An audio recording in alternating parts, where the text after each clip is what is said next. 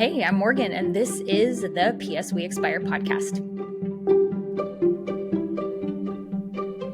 Something is wrong. Something is off. Something is not right. One of the big contributors to feeling this way is our technology use. And more specifically, not just technology broadly, but I'm talking specifically about these little guys, these phones that we have that we use to distract ourselves constantly when we are bored, when we have a moment of waiting, when we are in an uncomfortable social circumstance, when we're at a stoplight, for God's sake, we're pulling our phones out and we're scrolling on them.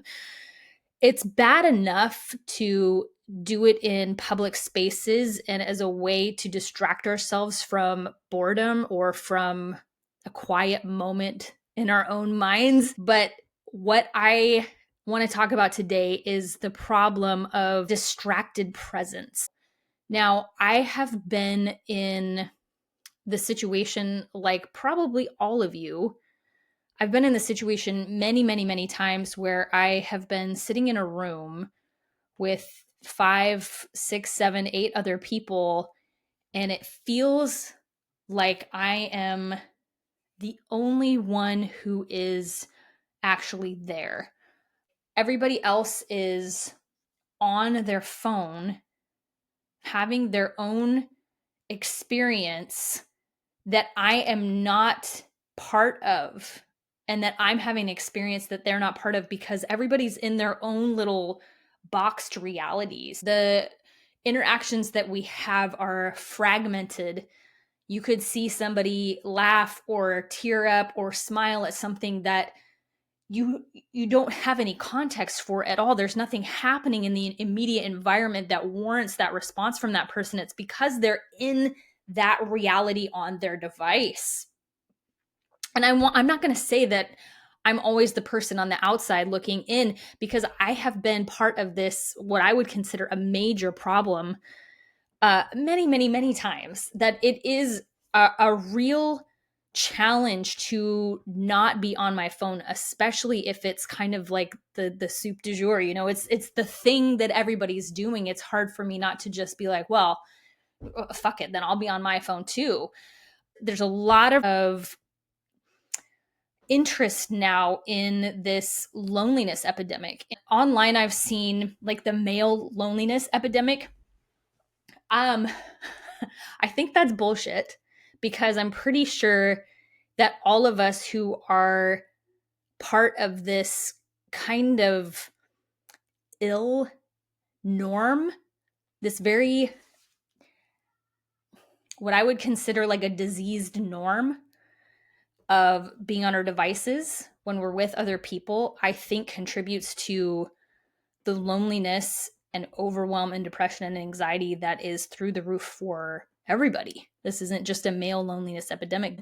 I was thinking about it this way. Like, there are so many movies that portray zombie apocalypse, or you have these movies that are following this fictional story of a contagion where everybody's infected with this, and then they turn into these like zombified people. They're like alive, but they're not fully alive. They're human, but not fully human, because they're not able to interact with you in the way that a normal human does.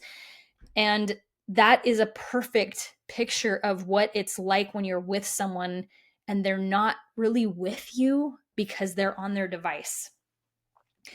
I found such an apt description of what it feels like to be with people who are routinely engaged on their devices instead of being present with you.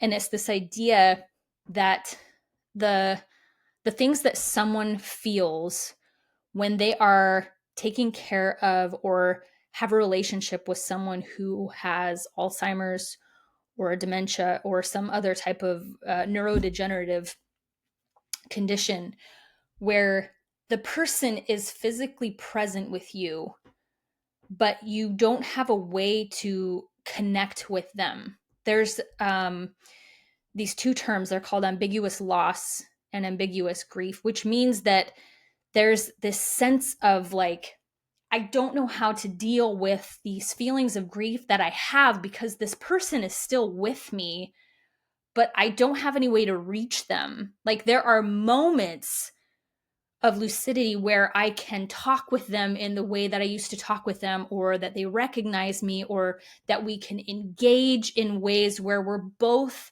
part of the same shared reality that is with us right now. And as a dementia or an Alzheimer's progresses, those moments become fewer and further between because that person is living in a different reality, whether that is a lack of awareness about what year it is, or where they are, or who you are, or even their own personal history, that there is this loss that is happening even though the person is still there. It's a very complex, very, very difficult type of grief. I'm not going to discount or take away from that level of grief by any means. I am going to draw a parallel though and say this is the same thing that we experience when we're with someone who's not totally with us. And the biggest contributor to that feeling of being with someone who's not really with you are these devices, because then you have two people who are not living in a shared reality. There's this funny little term.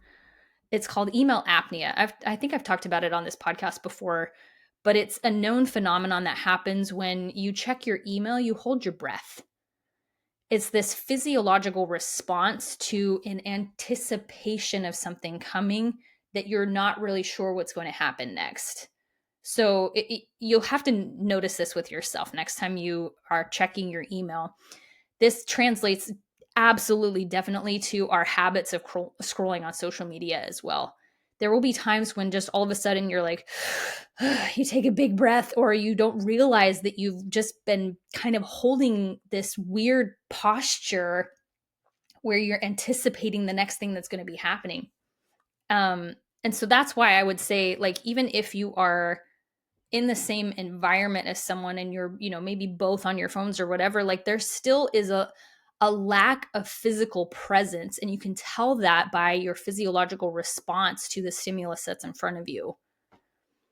We are meant to make eye contact with each other. We're meant to co-regulate with each other. And if we have these devices always in our faces, or if we always have them on standby, this is one of the reasons why this is one of the reasons why I really despise notifications, and I really despise having smartwatches that have notifications on them, because you can be in the middle of a conversation with someone and that little buzz or that little ding or that little vibrate on your phone, even if you don't pick up the device or look at the watch, you are still in tune with the change in body language, with the change in energy, with the change in intention when those things happen. They take you out of whatever is happening in the present moment with the other person. We are turning into, if we haven't already turned into, a culture that has a ridiculously short attention span. We are being trained constantly to pay attention to other things. Constantly. All these notifications and these dings that we get are literally training our brains to have a very, very short attention span. I noticed this when I, maybe was spending a lot of time on my phone or on my computer, just doing dumb stuff on YouTube or scrolling on social media or whatnot. I feel like I almost had like this attention span hangover for the next couple of days. Like it was really difficult for me to read a longer blog post, let alone pick up a book and read a couple of chapters. So I'm noticing this with myself. I notice this with my kids. And I really think that it is contributing to, I'll come back to the original kind of premise of this podcast episode, is that it is contributing to our inability to be present, which contributes massively to a sense of isolation and loneliness. I want to go back for just a second to I was looking around for what the research would be, if there is any research out there about technology use and the impact on what we're seeing as far as loneliness goes. And as I was looking at this, kind of like this, I wouldn't even say like parallel track, because there are so many things that are different between caregivers dealing with something like Alzheimer's or dementia and this like loneliness, isolation because of technology interventions and use. It's not a direct crossover, but there are a couple of things that are really interesting to me as far as the similarities. When people are measuring the impact of the grief and loss on caregivers, they use the Marwitt Muser Caregiver Grief Inventory, which is the MM-CGI. It's a 50-item questionnaire that measures some of like the specific things with Alzheimer's. And I had this idea of like, could I create something that's kind of like that, but has to do with loneliness impacted by technology use? And so some of the questions that would be on there, and maybe you can even right now do a little assessment for yourself to see if this is something that you feel. Like on a scale from 0 to 5, how true does this feel to you? I feel I have to sacrifice meaningful conversation because of others' device use. I've given up expecting full attention from people during social interactions.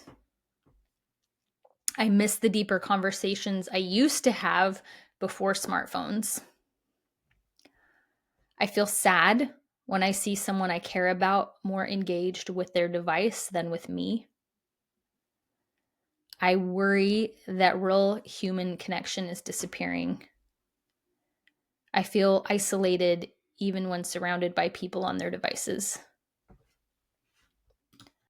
I don't know about you, but I can answer 5 a lot of those. And I imagine that probably most of us can.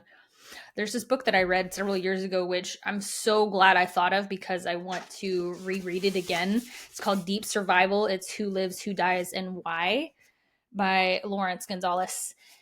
It's really, really fascinating, this kind of study of resilience in like a extreme environment or emergency situation, like someone being lost at sea, or like the whole castaway situation. And it is talking about what are some of the psychological traits or personality traits of people who survive when other people in those circumstances don't survive. Like, what's the difference? What are these characteristics, and is it possible for us to develop them? Maybe not in like anticipation of ever being in that circumstance, but just because we want to become psychologically robust people. The thing that made me think of this book is I remember distinctly reading about people who get lost in the woods, for example, and they have maybe been out there already for days.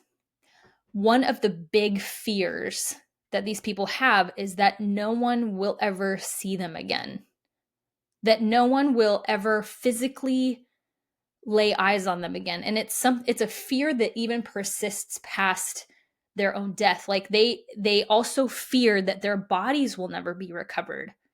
It is this deep primal need to be seen by other people.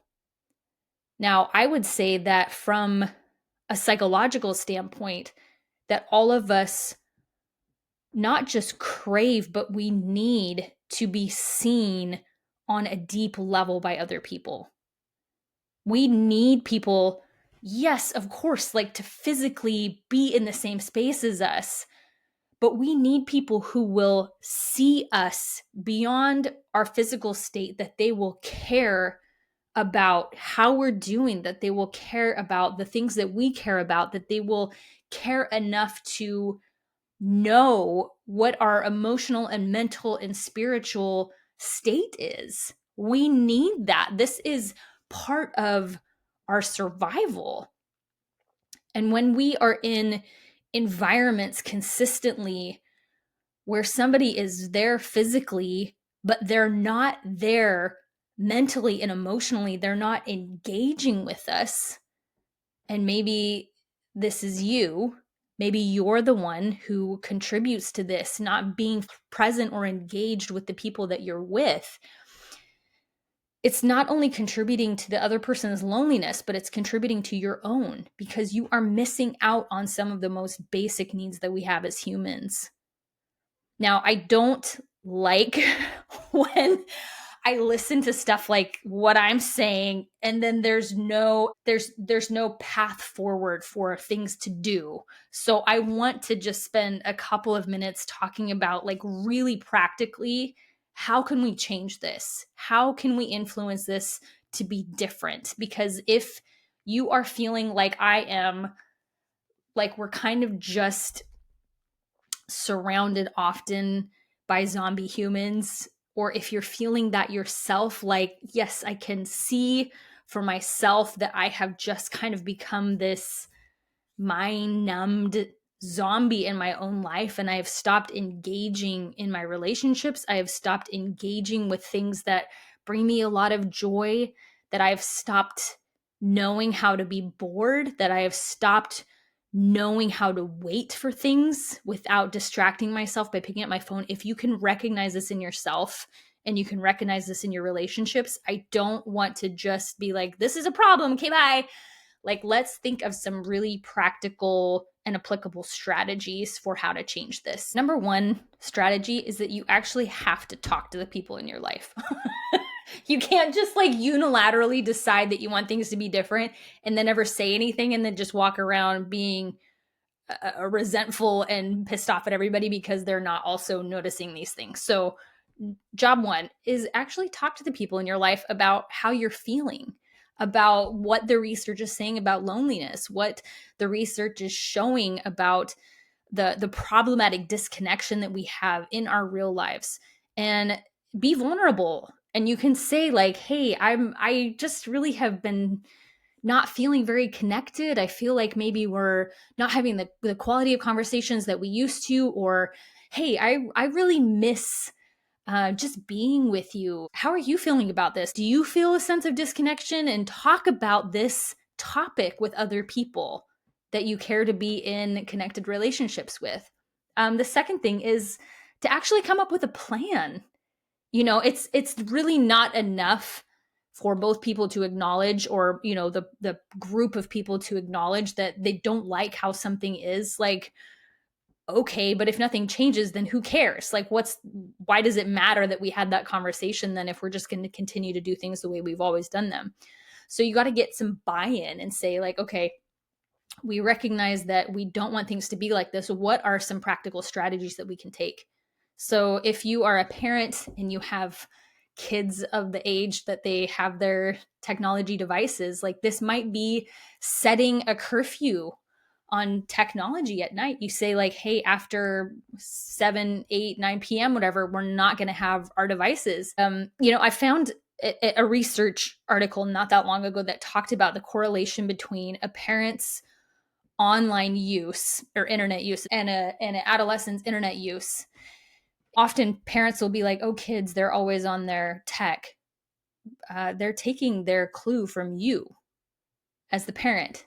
There is a direct correlation between the amount of time that a child spends on technology on the internet and that the parent does. So if you want your child to be on it less, pay attention to your own habits and the example that you're setting with your kids. Are you creating an environment where it feels good for them not to be on their devices? Are you a present parent?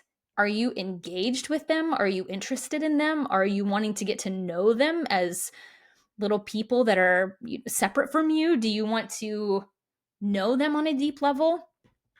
You have to work sometimes to create the environment to have that type of connection with your kids. Setting a curfew and sticking to it for yourself is a huge step in the right direction.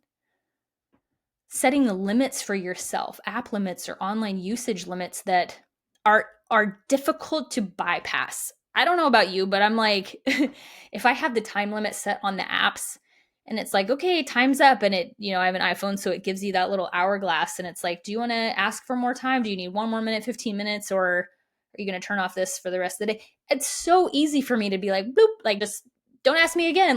I completely bypass my time limits. So I have invested not very much money at all, but in a physical device that helps me be more mindful of my time on my phone. That there's just enough resistance between the impulse to get onto my device and actually getting on my device. There's enough resistance there that I have a moment to think about whether or not I want to get back on. I haven't done this very much, but it's something that I'm going to do more. Here's another strategy: is just leave your phone at home. Like, do you remember the days where if you needed to get a hold of somebody, you had to use a payphone? I remember being in high school.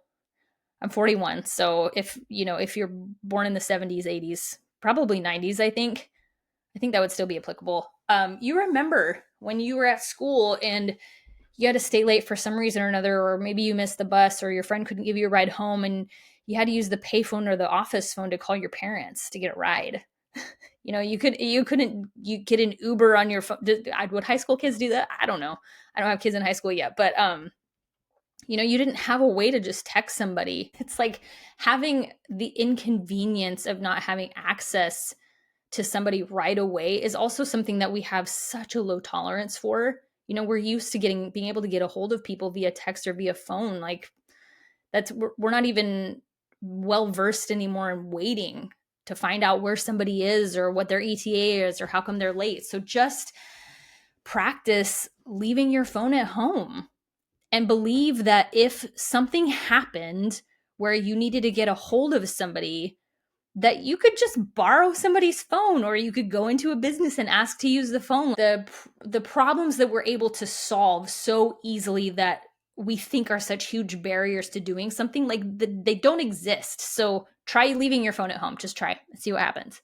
Bring a book with you to read while you're waiting, or God forbid, like talk to a stranger that you're in line with at the grocery store waiting for your food. Okay, so those are the strategies so far. Another one that I've heard that I really, really like is when you go out to dinner with a group of friends, everybody puts their phone in a basket in the middle of the table. And whoever, if somebody touches their phone before dinner is over, they have to foot the bill. Just these little, it's almost like a gamification of this desire that I think all of us want, is to be less tethered to our devices and more present with our people. So make it a game, make it something that you can get buy-in from everybody else. And I think, to my point earlier about having to actually have conversations with people, if you're feeling it, if you're feeling that kind of pinch of loneliness or disconnection, I guarantee you that people in your life are feeling it as well. And that sometimes all we need is for someone to say something, is for someone to call out what's going on, is for someone to offer a solution for things to be different. It has been shown that one of the biggest barriers to people doing things differently is that they're going to be the odd one out. So I've seen this in the work with Jonathan Haidt, who has done a lot of work around kids and anxiety and technology use, particularly social media. He has a book called The Anxious Generation. His body of work is a pretty broad anyway, and so any of the stuff that you look at by him, I think, is a home run anyway. But he's helped kind of like give this idea for these initiatives for schools to have some safeguards in place around technology use during school hours, or for kids to not have cell phones. And the only way that he has seen that this works is when there is a group of parents who are all doing this together. Because, well, if you think about it this way, this makes perfect sense. In psychological development for children, there's an age right around junior high age, 12, 13, 14, 15, where the opinion of their parents starts to matter less and less and less. And they are more motivated by their peers and what's happening with their peers than they are with parents. So if you have a parent who is saying, I'm not going to give my child a cell phone, I'm not going to let them be on social media. I'm going to limit their technology use. That's a hard thing anyway, to be kind of the odd one out, but it also is, it feels like such a big deal to them because that's the part of their brain that is actively developing, is this sense of, do I belong with other people my own age? I care way more about what my peers are saying than what my parents are saying. And so that can be an extremely, extremely difficult thing to follow through on with your parents. So Haidt was recommending that if you're going to attempt something like this, that you actually have buy-in from other parents of your child's friends, other parents of kids that are your kids' age, where you're all saying collectively, we're going to not have this be a part of our kids' lives in this way. One of the biggest challenges is that we kind of get into this like all or nothing state where we're like, if I give my kid a phone or I give my kid access to technology, then they need to have unbounded, unfettered access to it. And it's really difficult then to put the genie back in the bottle and to say, oh, actually, we're going to limit your technology use to this. Just maybe it's just text and phone calls, or, some app usage, but not all app usage, and all the workarounds that kids brilliantly discover, because at that age, again, we're really trying to test our independence here. It's about being intentional and thoughtful with our technology use. And I know that I kind of went off on a little tangent there talking about our kids with technology, but that is something that I care about a lot, because I have seen firsthand the changes in the dynamics with kids when technology is introduced. And from my perspective, it's not great. So the more that we can do to hold off on giving our kids challenges when it comes to paying attention and focusing and connecting well, the better off they'll be. That was like not a very eloquent way to say that if we struggle as adults with spending a ton of time on our devices, that as our brains are fully formed, as the majority of us who, or all of us, I guess, because I remember being in maybe 6th grade when I got my first email address, right? And Facebook came out when I was in college. If you think about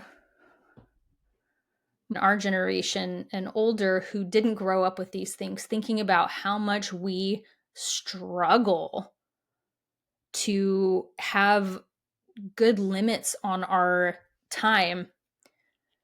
And we have fully formed frontal lobes. We have brains that are fully formed. Like, what are we thinking when we're giving our children these things that are known to be addictive, that are known to tank their self-esteem, that are known to contribute to loneliness, when we can't even effectively manage it as adults? Like, it just doesn't make sense to me why we're doing this.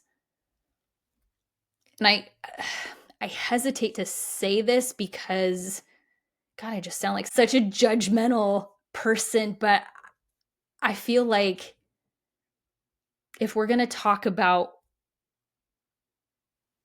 this feeling that we have of profound disconnection with other people in our lives, we have to pay attention to also how it's affecting our kids, and not pretend that just because we're adults, that somehow doom scrolling into the wee hours of the morning, or picking up our phones when we're mid conversation, or getting that ping on our watch and swiping it aside mid conversation with someone, if we're not telling the truth, because maybe we don't know, or maybe we do know but we're too addicted to care, that if we're not telling the truth about how that is fracturing our connection with each other, like, we're screwed. And it's not going to get better unless we do something about it. And I hate to put the burden on the individual, because I recognize, like, this is also a systemic problem. This is a problem of, oh man, okay, I'm about to really get on my soapbox here, and I will limit myself to just a couple of minutes to do this. I say that it's a systemic problem because there are literally people on staff at social media companies who understand the human mind and how to keep you engaged and addicted with your devices. Like, this is the point. The more eyes that are on and the more attention that is given, the more time that's spent on there, the more money they make. So they are incredibly invested, not in your social connections, but they are invested in keeping you online. And so the systemic problem is that we are up against big companies that are actively trying to keep you disconnected from each other because that's what makes them the most money. So systemically, yeah, that's a problem. And also, there always, always, always is a thread of personal responsibility. In every situation that seems like it's outside of our control, we always have the opportunity to find areas where there's something that we can do. And it takes a lot of intention, and it takes a lot of perseverance, and it takes a lot of conviction to change this. It takes practice to be the weirdo that's gonna sit on the subway and not have your face in your phone, or to be in conversation with someone and have your phone on silence, to have your phone face down, or when someone, especially your kid, comes and wants to talk to you and you're on your phone, it takes some serious self-control to set your phone down, especially if your kid is going to tell you something super boring. But it's not about what they're telling you, it's about how you're being with them. This is really hard work, and it's work worth doing because we're already seeing what's happening to us when we just do, business as usual, which is the zombification of all of us with our faces and our screens. And I am talking about this from a place of saying, hey, this is also something that I actively struggle with.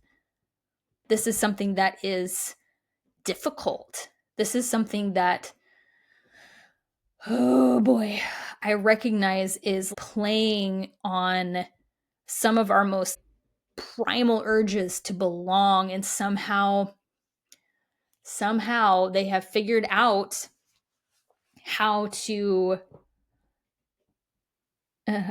oh man, the imagery that came to mind is, God, this is so dumb. You'll have to forgive my neuroscience nerdiness for a second, but I have this image in my mind of a neuron synapse. All the nerves in your body communicate via chemicals and electricity, but mainly chemicals. So dopamine, serotonin, these are some of the big players that we've heard of a lot, right? And in between your nerves, how they communicate is by these little drops or drips of these chemicals from one neuron to the other. And I just had this image pop into my head of social media companies milking little neurons. Okay, anyways, but they have figured out how to use color and sounds and movement on our devices to make them addictive and so enticing and feel so good in the moment. Feel so good in the moment. The more that we can recognize when that's happening, the more choice that we have. So if you have felt this